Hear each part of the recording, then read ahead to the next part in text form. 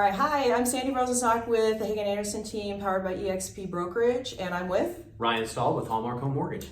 Hi, Ryan. And today I wanted to talk about, what I've experienced is speaking with a variety of age groups of people, and with high inflation and people's wages not really keeping up with that, credit card debt is creeping up, and that is a bit of a hot button issue. And they're not talking with relatives, maybe they're embarrassed, or they don't want their parents to think they're struggling, but at the same time they do still want to buy a house. This is really frequent, again, with any age group. But so let's say, Ryan, someone has a little bit higher credit card debt. How does that affect them and them qualifying for a mortgage? Well, first of all, you're right. Credit card debt is at an all-time high. It's well over $1 trillion.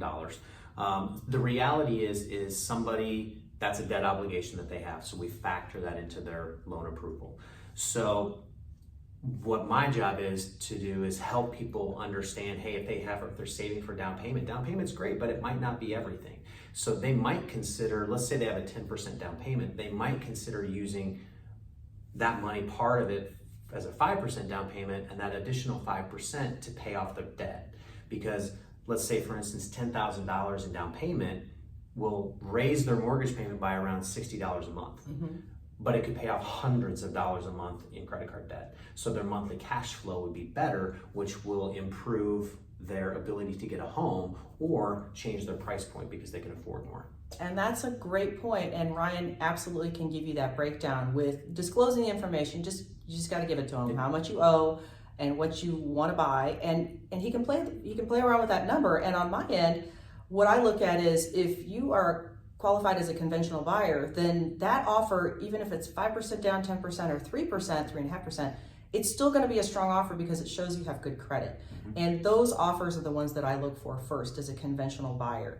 And not to say that it doesn't look great to have 20% down, but again, having a great lender, someone who calls and pre-qualifies them and they're ready to go, is going to be a strong offer, even if it's 3%. And I would always advise go with what your lender says, because you're going to have more buying power with a less down payment, and you're also not going to be completely cash poor. Right. And so yeah, credit cards, you're going to pay more interest, even if you have the 0%. Then you're paying it off and doing this. You're still going to have to pay it. But if you've got some cash saved up, or if mom and dad are gifting, I'm going to throw you a curveball. Mom and dad are gifting you a down payment, which does happen frequently, and I totally understand it's expensive to buy a house. Who's got 10 grand laying around? But let's say they're going to gift you 10 grand. You still have the same scenario. First of all, don't be afraid of having someone gift you money. Mm-hmm. There's a way to get that figured out and done. And again, I'm going to put it to Ryan to explain that. But that's not a disadvantage to have someone lend you money. We just need to know where it's coming from. Okay. But in that respect, it's still going to be giving you advantage. The idea is that their strongest offer is going to be a conventional loan. Not to say that FHA isn't. Everyone has any reason why they don't have excellent credit, and that's okay. There are sometimes there's a home and it's all FHA buyers. Correct. So that's fine too. At the same time, you still want a good lender, and it's still going to give you the same option. Yep. So a gift is an acceptable down payment source, and we're going to view that as money available for everything. And so, your mortgage is just one piece of your financial puzzle. So our ultimate goal is to align your financial goals with purchasing a home.